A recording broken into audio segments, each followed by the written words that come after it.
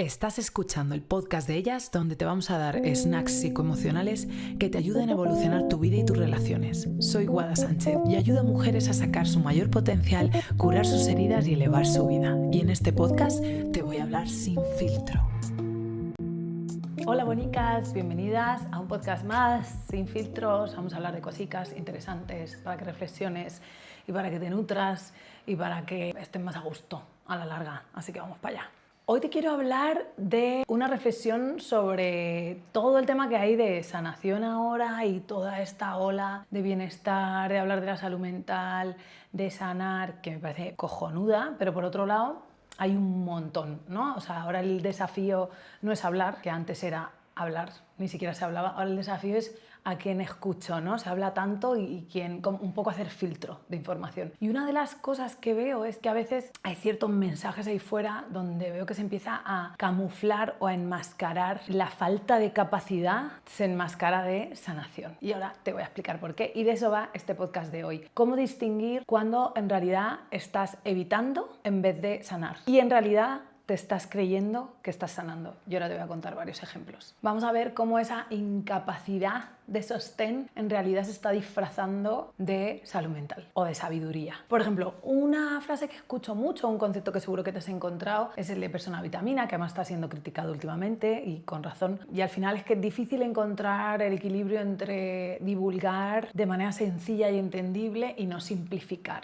ni ser reduccionista. Entonces está quedando este mensaje un poco de rodéate de personas vitamina, deja ir aquello que te hace daño o las personas no vitamina, a.k.a. tóxicas, que me suena fatal también ese término, no me gusta nada, súper invalidante, pues no te nutren y hay que dejarlas atrás. Un poco el mensaje este de indirecto de cortar vínculos. Y cuando cortar vínculos en algunas situaciones es necesario, o poner límites o poner ciertas barreras que antes no habías puesto. El otro día leía a una psicóloga en uno de los comentarios de nuestro Instagram que decía, para mí el desafío ha sido lo contrario, ¿no? Yo hablaba un poco de esto y decía, el desafío ha sido lo contrario, ha sido no ponerme siempre en servicio del vínculo, ¿no? No bajarme siempre a que el vínculo se salve a toda costa. Y no estamos buscando ese extremo tampoco. Eso también sería disfuncional y tampoco estamos buscando que cortéis todos los vínculos. Y es que hay un lugar hermoso, nenas, que es el de los grises. Está el blanco y está el negro y están los millones de grises y nadar entre esos diferentes grises. Y ese es el lugar que estaríamos buscando. Pero, desde luego, darnos cuenta cuando estamos usando alguno de estos dos extremos como estrategia de gestión de algo que no quiero gestionar o que se me hace difícil de gestionar. Este tema de las personas vitamina es un poco el concepto de, bueno, hay gente resiliente y funcional que me recarga y hay gente que no. Entonces voy a acercarme a la gente que sí. Pero claro, yo te pregunto, bueno, ¿y las personas que no vibran alto?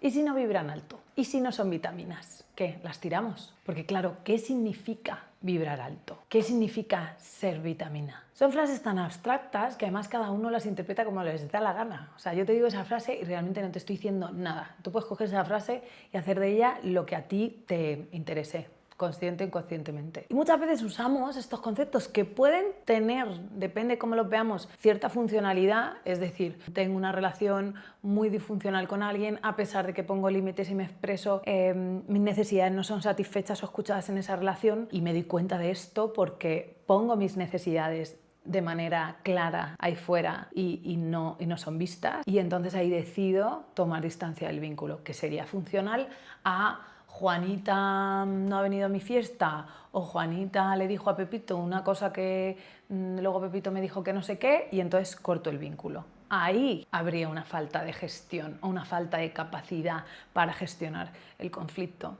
Y cuando yo cojo esa frase de vitamina o esa frase de hay que dejar pasar los vínculos y la uso como excusa para no enfrentarme a ese conflicto, lo que estoy haciendo es enmascarando una conducta o una manera de gestionar que en realidad es inmadura y disfuncional, enmascarada de salud mental y de iluminación. Muchas veces pasa que simplemente no sabemos sostener la decepción, no sabemos sostener conversaciones vulnerables con los demás, no sabemos expresar necesidades al otro de una manera asertiva, sin explotar y sin juzgar y sin demandar, nos cuesta tener una conversación incómoda, nos cuesta conectarnos con las necesidades de los demás a la vez que somos capaces de sostener las nuestras, nos cuesta no tomarnos las cosas a personal, nos cuesta identificar nuestras heridas y darnos cuenta que esto tiene que ver con nosotras más que con el otro.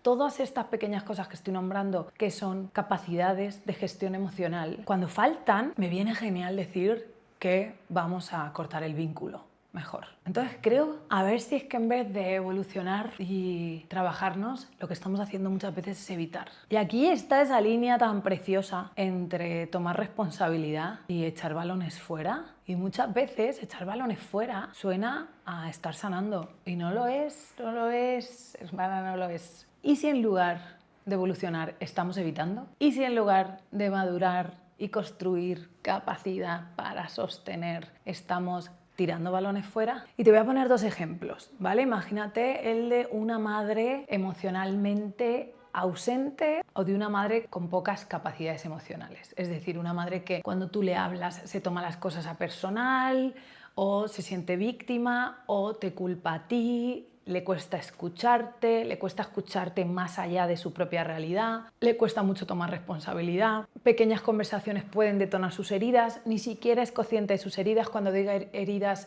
son aprendizajes o hábitos que ha hecho en este caso esa madre hipotética o esa amiga o quien sea, porque lo puedes pensar en tu mente con cualquier ejemplo. Y esto sucede de manera crónica, ¿no? A pesar de que yo haya hecho ese trabajo y lo comunico, me sigo encontrando con ese muro. Me sigo encontrando con la realidad de que esa relación no es segura. Es decir, es una relación donde mis necesidades no son escuchadas. Y con necesidades, que suena así muy amplio, puede ser: mamá, no me llames después de las 8, que estoy súper cansada, en mi momento de desconectar y prefiero que lo hagamos antes, ¿no? Si yo expreso eso que necesito, y necesidades va desde porfi, dame 5 minutos que ahora mismo no puedo, a por favor nunca me hagas más ese comentario, o ese comentario me es muy dañino, podrías decírmelo de otra manera, cualquier cosa. O sea, en el momento en el que yo le tengo que comunicar al otro algo, si yo tengo una relación voy a tener que comunicar muchas cosas, porque las relaciones se hacen a lo largo del tiempo, y a lo largo del tiempo pasan muchas cosas, pasan viajes, pasan conversaciones, y es importante que le expresemos a los demás qué necesitamos y qué no. Si esto en relación, es decir, yo expreso mis necesidades, que a eso me refiero, y crónicamente no son vistas, o soy culpada por ellas, o hay una reacción de victimismo cuando las expreso, y yo ya sé que en este lugar no puedo satisfacer lo que necesito en el vínculo, de repente aparece el duelo, de repente como que me queda la aceptación, ¿no?, de que esto es así. O sea, yo primero diría siempre que expreséis vuestras necesidades, y luego cuando me doy cuenta que no puedo, entonces ahí ya viene mi proceso del duelo, de aceptar que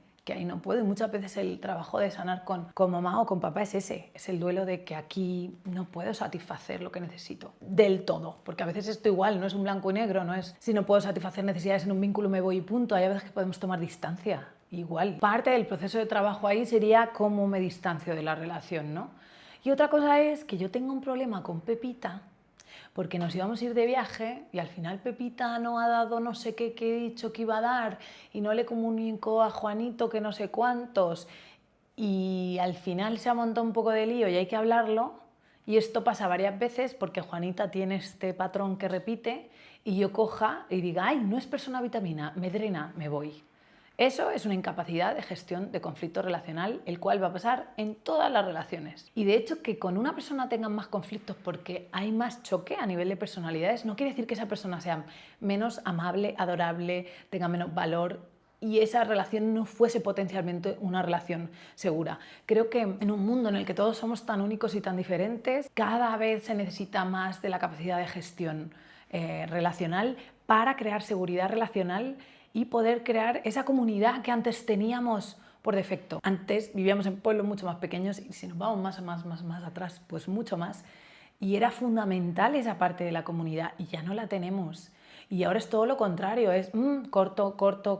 No, es que yo solo 3 personas he dejado pasar de mi barrera. Yo tengo pacientes que les ponen pruebas a las personas. Tiene que pasar ciertas pruebas para poder entrar en mi círculo, y entra tú a mi círculo y fállame, porque si me fallas, bye. Eso es incapacidad de gestión. Y a veces está camuflada de soy un ser iluminado que no me voy a acercar a ninguno que toque mi vibra. No, I'm sorry.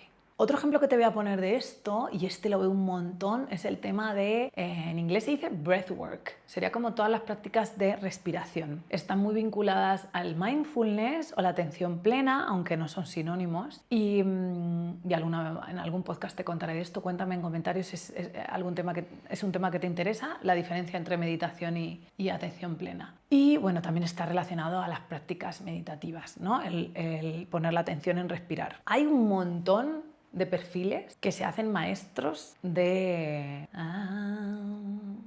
Y lo que son maestros es de la evitación. Cuando yo tengo algo que resolver, a lo mejor lo último que necesito es acallar mi mente, a no ser que esté mega activada, acercándome al colapso por arriba, y entonces necesito autorregularme. Pero cuando yo tengo un problema, es relativamente funcional que haya cierta activación dentro de mí. Entonces, si yo aprendo a cada vez que estoy desregulada, no exploro un poquito qué está pasando ahí, no rastreo un poco qué está pasando a nivel interno y qué mensaje hay ahí y qué significados estoy sacando, y me conecto y me regulo sin sacar la información de por qué estoy desregulada, ahí tendría una estrategia en la que estoy evitando en vez de gestionando o sosteniendo. El otro día me decía una amiga, tía, es que fui a un psicólogo que me había funcionado muy bien en otra época, fíjate qué curioso cómo somos, y en ese momento yo tenía un montón de cosas como que tenía que hacer sentido y que resolver.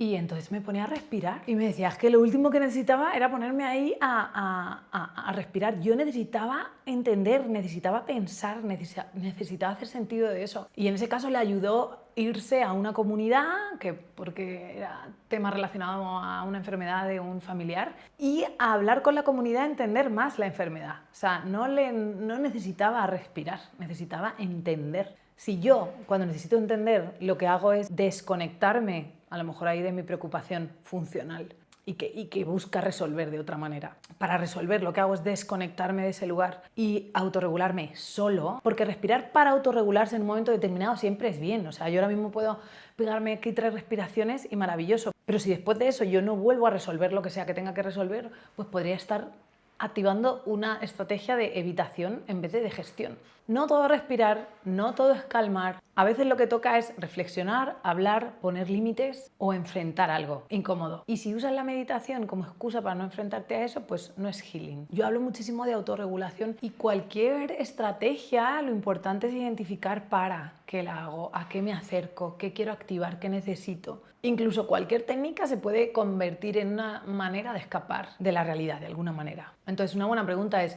¿te estás regulando para sostenerte mejor o para no sentir? Y esta pregunta es clave, porque creo que muchas veces de verdad venís a terapia para no sentir, para dejar de sentir eso, para que esta parte que no me gusta de mí desaparezca. Lo que estamos buscando es que podáis sostener cada vez más vuestra experiencia interior contradictoria, vuestras emociones dispares, vuestra incomodidad, el conflicto dentro de la relación. Lo que queremos es construir sostén y capacidad para gestionar los desafíos, tanto internos como relacionales. No estamos buscando estar así a gustísimo todo el día, porque es que eso pues no existe.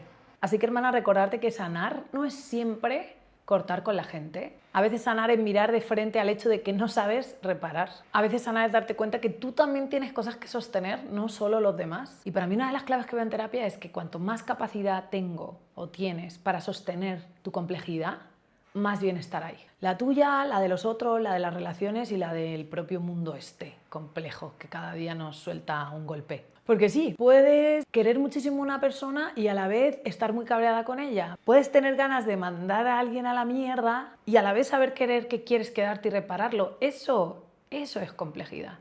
Y eso es ser humana. Tener sensaciones contrarias, juntas. La capacidad de sostener eso, para mí, es lo que te acerca a cada vez estar más a gusto contigo misma y cada vez integrar más la complejidad de las relaciones y la tuya propia. Y eso es salud emocional. No tener que elegir extremos, poder sostener contradicciones, poder construir relaciones reales, con emociones reales, sin etiquetas ni florituras. Así que la próxima vez que alguien no te sume, pregúntate primero, ¿no me suma o me cuesta sostener esto? Porque no todo lo que incomoda es tóxico. A veces lo que más incomoda es justo donde más tienes que mirar. Mil gracias por estar aquí, hermosa mía. Hoy quería menear un poquito los cimientos de qué significa realmente construir capacidad interna Espero que te sirva mucho para reflexionar este podcast y te veo muy pronto con más snacks psicoemocionales sin filtro.